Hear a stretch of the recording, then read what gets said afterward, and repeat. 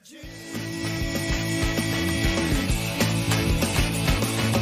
ang number 106.7 Energy FM. Sa bahay, opisina, kotse, taxi at jeep. What? Tricycle, FX, bus na masigip. Okay, ah. Palengke, internet, plaza, karinderya. Energy FM, nagbibigay saya. Huwag mong sabihin radyo, sabihin mo Number 1. Energy. Pangga, energy kaibigan mo. Pangga, energy ang numero 1. Agad pumango na at isigaw mo. Same, pero iba. Huwag mong sabihin radyo, sabihin mo Energy. Ang nag-iisang girlfriend mo sa radyo, DJ Lindsay. Ang pinakamakulit na girlfriend mo sa balat ng radyo. Isang magandang morning sa inyong lahat. Ako pa rin po nag-iisang girlfriend mo sa radio. My name is Lindsay. Makulit, pero may puso. Handang makinig sa mga kwento mo. Alam mo, feeling ko kailangan mo na siyang iwan kasi it doesn't make sense. Ang kwento sa lihim ng liham. Mahal kong Lindsay. Una sa lahat, gusto ko po sabihin na matagal na po akong nakikinig dito sa Lihim ng Liham. Panggising ko po ito every time na inaantok po ako dito sa trabaho. DJ Lindsay, naiintindihan ko po na yung problema ko ay hindi sing bigat ng problema ng mga sumusulat dito sa Lihim ng Liham. Pero sana, kahit papano, mapansin mo ang liham ko.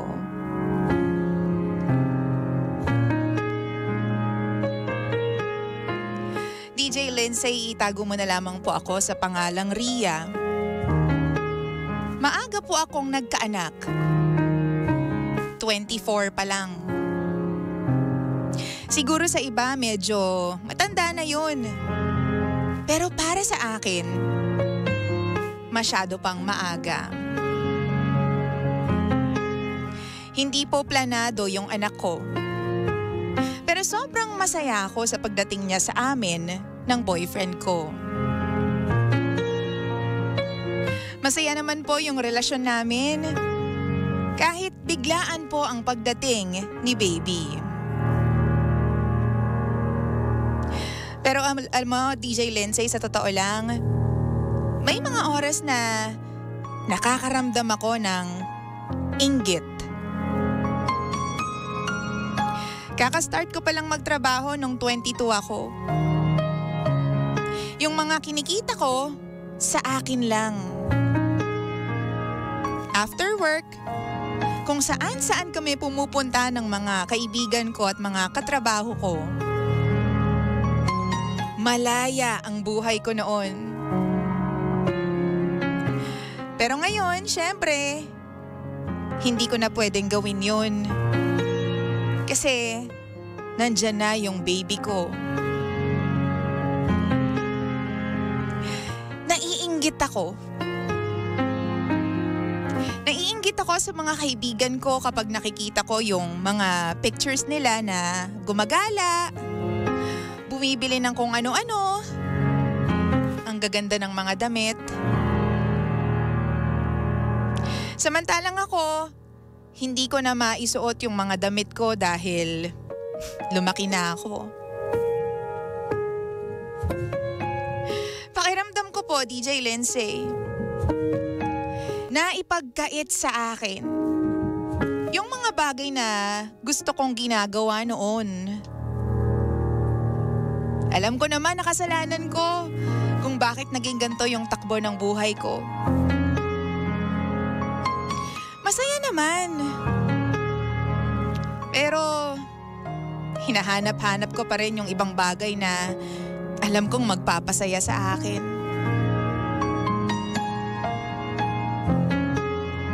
Again, nagpapasalamat po ako sa anak ko. Hindi ko lang po talaga maiwasang mainggit doon sa mga kaedad ko na nagagawa lahat ng gusto nila. Ayoko rin po ng ganitong feeling. Paano ko po ba maaalis yung inggit sa akin?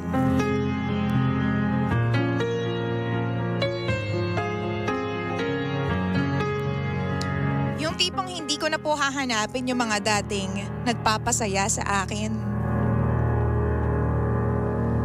Sana po matulungan ninyo ako. Muli, ako si Ria. At ito ang lihim ng aking liham. Lihim ng liham.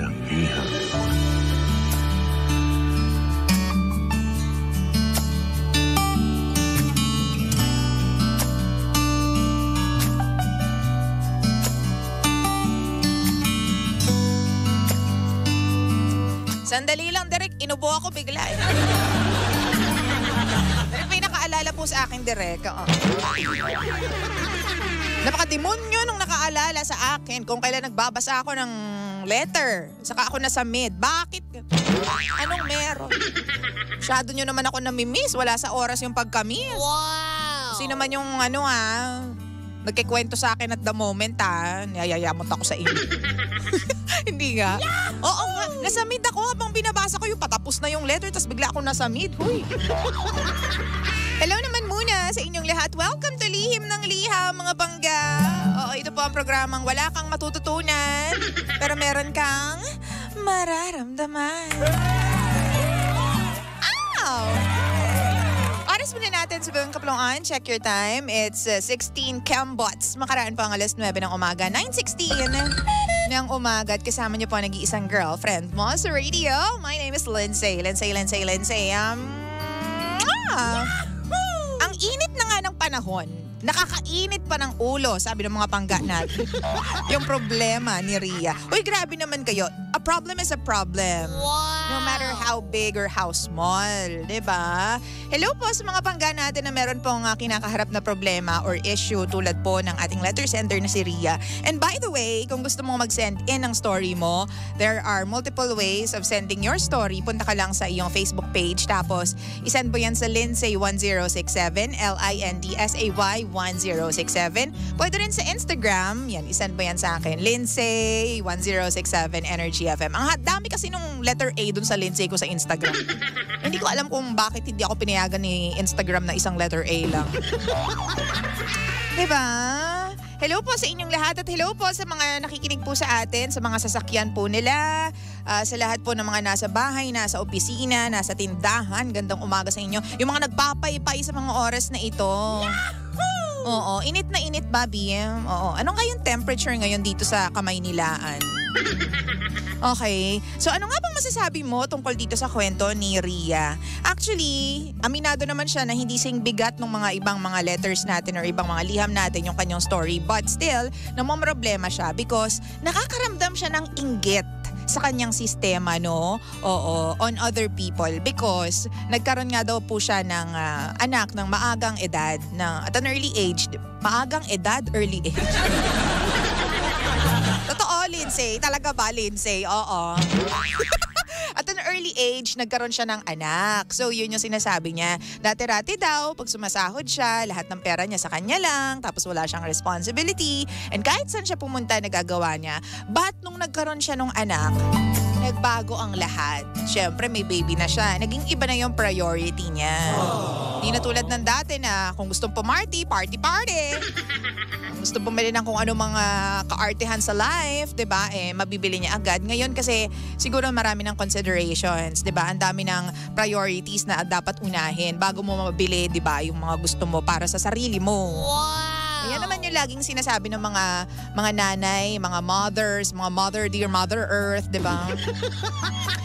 So yun, ano pong masasabi mo lalo na yung mga panggapo natin na nanay na or maaga pong naging nanay, 'di ba? Maagang nagkaroon ng responsibilidad, maagang lumangoy sa batis ng aring king. Diba? Halika na, i-message mo na ako. Let's go. Punta ka na sa Facebook. Kasi by the way, we are live on Facebook. Facebook.com/EnergyFM1067. Okay, basa po tayo ng comments. Sabi po ni JN Letty Pichay. Good morning, DJ Lindsay. Watching from Los Angeles while charging my vehicle. Hello po sa inyo dyan. Mag-ingat po sa pag-charge ng inyong sasakyan. Sabi naman ni Marilyn Timbol. Hi po, DJ Lindsay. Medyo may pinagdadaanan ako lately. Cheer me up for a bit. Little advice lang po sa pag-overthink sa mga bagay-bagay. Hello po from Santa Ana, Pampanga. I-send mo sa akin yung story mo, yung problema mo, para kahit pa paano mabigyan natin ng advice yan. O kasi may ibang pinoproblema tayo dito, no? Oo, no? Kakaloka ka at. Hindi nga, send mo sa akin sa page ko so that we can talk about it. And malay mo, di ba, malagay natin yan dito sa Lihim ng Liham. Sabi dito ni Arch, maraming magbabago talaga kapag nagkaanak ka na. Certain sacrifices have to be made para sa ikabubuti ng kinabukasan ng family mo. Sanayan lang yan. With every little accomplishment you make as a wife and a parent, makikita at makikita mo ang progress na eventually magpapasaya sa'yo. It's all about perspective. Maaring bata ka pa nagkaanak, pero at least you'll be young enough to keep up with them while they grow up. Alam mo, so true yan, di ba? Aminin ninyo, medyo yung mga 30 na yung edad, mga nasa 34 and up na yung edad, tapos wala pa kayong anak, di ba? Or wala pa kayong asawa, or wala pa kayong stable na matatawag mong partner or family. Kinakabahan na kayo, no? Lalo na yung mga babae siguro, kinakabahan na kayo, no? Hindi kasi, di ba, depende naman talaga sa priority ng tao kung ano ba, gusto mo ba maging stable muna yung finances mo, stable yung life mo, yung career mo, o kailangan mo nang magkaanak. Gusto mo nang magkaanak because yun yung kukumpleto sa buhay mo. Kanya-kanya talaga ng uunahin yan ng priority yan eh. Pero kasi, alam mo naman, ang mga babae naman, hindi yan parang mga lalaki, 'di ba? Anytime ang mga lalaki pag gustong magkaanak kahit anong edad yata, kung hindi ako nagkakamali. Oo. Pwede. Pwede, pero depende, di ba? Pero ang mga babae kasi once na nasa finish line na yung kanilang mga ovaries, nasa end of the road. End of the road! Mahirap na. Di ba? Say mga hanggang 45 lang yata di ako sure. Kasi iba-iba talaga yung sistema ng mga babae. At 40 nga, di ba, may mga nagme-menopause na at an early age. So, ayan, yun yung pinaka-iingatan namin mga babae. Diba? So may finish line talaga. So dapat kailangan magkaanak ka na, 'di ba? Pero kasi yung sa age mo, 'di ba, 24 ka na, at least nga ngayon may anak ka na eh. Alam mo yun yung nakakatuwa. Sa panahon ngayon, medyo nakikita mo siya as a problem, pero ang katotohanan ng buhay, matutuwa ka kasi kapag medyo nasa 30 ka na, malaki na yung anak mo, mauutusan mo na, 'di ba? Mapapagkatiwalaan mo na. Wow. Hindi na alagain. Uy, totoo yun. Ano ka ba? Cheer up. Marami pang advice dito. Sabi dito ni Darwin, don't be upset on yourself kasi hindi natin mababago ang oras na dapat sana'y nagagawa mo yung mga gusto mong gawin nung single ka. Oo. Sabi naman po ni Maynard, it's normal na maramdaman niya yan since the transition is still in process. Pero you can adjust it smoothly to have a stable life kasama ng pamilya at ng anak mo. Like me, para na lang kaming magkakabarkada ng anak ko, age 22 when I had my kids. O, diba? Ang saya nga niyan eh. Diba? Hindi yung nasa 30, 40 ka na saka ka palang magkakaanak. Diba? Patapos na ng college yung anak ng mga kaibigan mo. Ikaw, papadede ka pa din. Nothing wrong about it. Pero kasi kung iisipin mo yung convenience and pagiging comfortable, 'di ba? Medyo magsa-struggle tayo, magsa-challenge tayo dun sa part na, 'di ba? Nasa 36 ka na o 38 ka na pero nagpapadede ka pa rin ng anak mo, 'di ba? Some people may see it as something na struggle, 'di ba? Pero for some people, sisiw lang 'yan, wala 'yan. Ang edad naman is numero lang 'yan, 'di ba? Ang importante healthy ka. Wow. Ako naniniwala talaga. Oo, ang numbers lang talaga. Yung age talaga ay numbers lang. For me I really don't care about age. Oo. Numbers lang talaga yan. Sabi naman ni Emma, good morning DJ Lindsay. Pa-shoutout naman po watching here in Abu Dhabi, UAE. Hello! Julian Raven, good morning. Irene, sabi dito, DJ Lindsay, syempre, pag may anak na po, mas priority muna ang anak mo kaysa sa sarili mo. Yan ang pagiging mabuting ina. Diba? At saka, hello, sana nung umpisa pa lang, iniisip mo na kung ano bang gusto kong gawin, 'di ba? O gusto ko bang maging single muna at i-enjoy ang single life ko o gusto ko nang magkaanak? Siguro hindi talaga, yun nga sabi mo nga talaga, hindi siya planado. Pero sana, edi naging wise kayo sa dudu. Sa pagdut-dut. Diba? Kaso hindi. Siguro ng mga panahon yan, mapusok kayo. So yan yung naging product. Pero alam mo, everything happens for a reason. Hindi ako naniniwala na walang rason kung bakit maaga kang nagkaanak. Merong purpose yan kung bakit maagang dumating ang baby mo sa buhay mo. Diba? Tsaka hello, medyo, alam mo yun, mababaw lang yung nakikita mo na, alam mo yon, nakikita mo na magaganda yung damit nila, magaganda yung gamit nila. Kumbaga, after ilang taon, kapag hindi na masyadong alagain yung anak mo, makukuha mo rin naman yung mga yan. Ibabalik ka rin sa dati mong anyo. Ah! Hindi siya magiging elemento. Diba? Babalik ka rin naman sa dati kung gugustuhin mo. Ang daming paraan, 'di ba? Syempre maraming paraan para bumalik sa dati mong figure, ganyan. Tapos kung gusto mong bumalik yung dati mong alam mo, way of living, pwede naman. Pero sa ngayon, kailangan mo munang tutukan yung anak mo kasi talagang alagain stage siya, alagain age. 'Di ba? Kung gugustuhin, pwede naman. Oo. Sabi naman dito, mag-anak ng 12 para walang problema. Uy! Sabi naman dito ni Rosemary Batika, hello DJ Lensay, hello, gandang umaga. Ayan, at saka, di ba, ginusto nyo naman yan, kayong mag-boyfriend, di ba? So, panindigan na lang natin ang ating mga, alam mo yun, mga ginagawa natin sa buhay.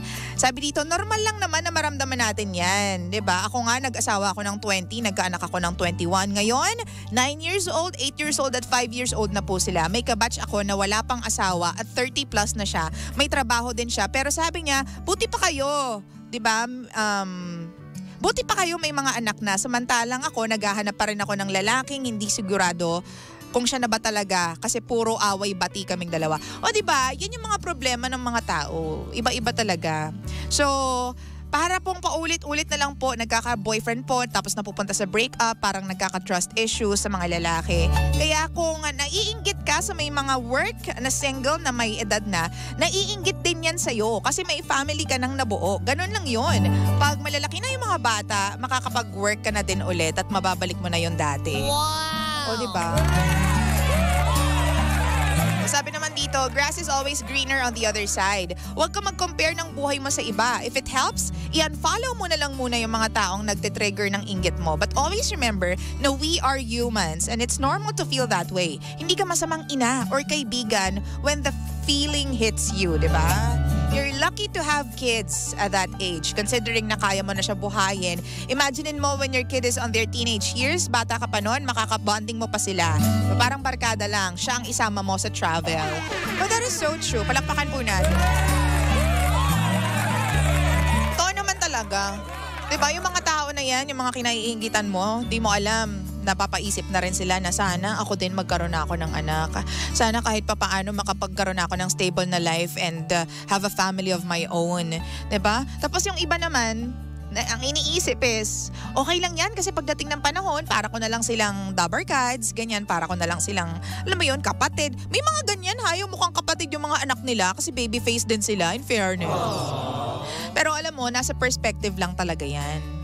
Kung lagi mong iisipin na sayang, dati ganito ako sayang dati nabibili ko lahat talagang alam mo yun, madidiskaril ka sa life, diba, ma-outbalance ka. Alam mo, bakit hindi mo na lang tingnan yung side na at least meron kang anak? Ang daming mga babae na sobrang successful in life pero hindi magkaroon-karoon ng anak. Diba? Natin mag-name drop pero yung pinaka-akala natin model-like, tas pinapangarap ng iba mga babae yung buhay nila, diba, almost perfect yung buhay, yun pala hindi siya magkaanak-anak. Wow! May pagpasalamat mo. Medyo yung alam mo, yung perspective mo, medyo igawin mong positive ng konti. Hindi yung puro inggit ka. Nakatingin ka lang kasi sa superficial things. Alam mo yun, yung mga bagay na pang post, ganyan. Alam mo yun, mga bagay na nakikita on social media. There's more to life than social media. Oh my gosh. Yun lang masasabi ko talaga. Marami pang bagay that matters, 'di ba? When you go outside social media. 'Di ba? Yang mga bagay na yan, anytime kapag naka-bounce back ka na, magagawa mo na yan. Pero alam mo, yung years na kasama mo yung anak mo, yung early years ng anak mo, yung baby siya, yung, alam mo yun, yung nanay lang niya yung nakikita niya, yun yung hindi mababayaran ng kahit anong gala o kahit anong forma. 'Di ba? I'm sorry pero feeling ko hindi ka masyadong grateful that you have your kid now. 'Di ba? Mas feeling ko gusto mo yung pumorma, bumili ng mga gamit-gamit, ganyan.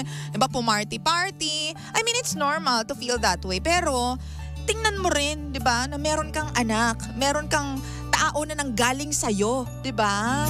Nabuo mo 'yan. In fairness sa'yo, ha? Mga ganon. Kapag nakakausap ko nga yung ibang mga babae na may maliliit pang anak, minsan hindi po ako makapaniwala, DJ Lensay. Bakit naman, galing po talaga sa akin to. Aba, malay ko sa'yo. Hindi nga po, galing po talaga sa akin to. Minsan hindi po ako makapaniwala. Ganyan, so alam mo yun, grateful sila. Tsaka, alam mo yun, meron silang feeling na pabuti na lang may anak ako.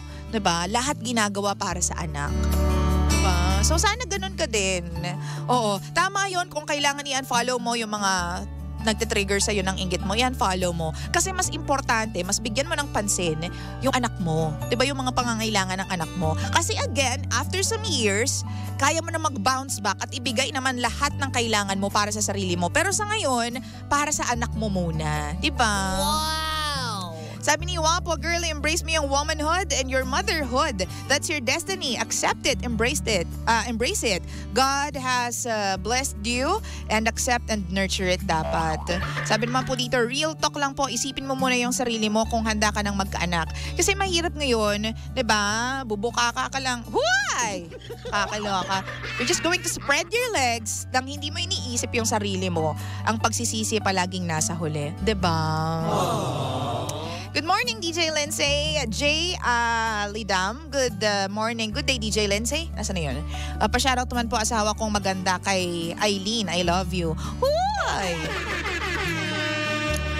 Ay, nako. Sabi pa dito ni Michelle, hi po DJ Lensay, mag-focus ka muna dyan sa baby mo. Sender, pwede ka naman mamasyal kasama ang baby mo.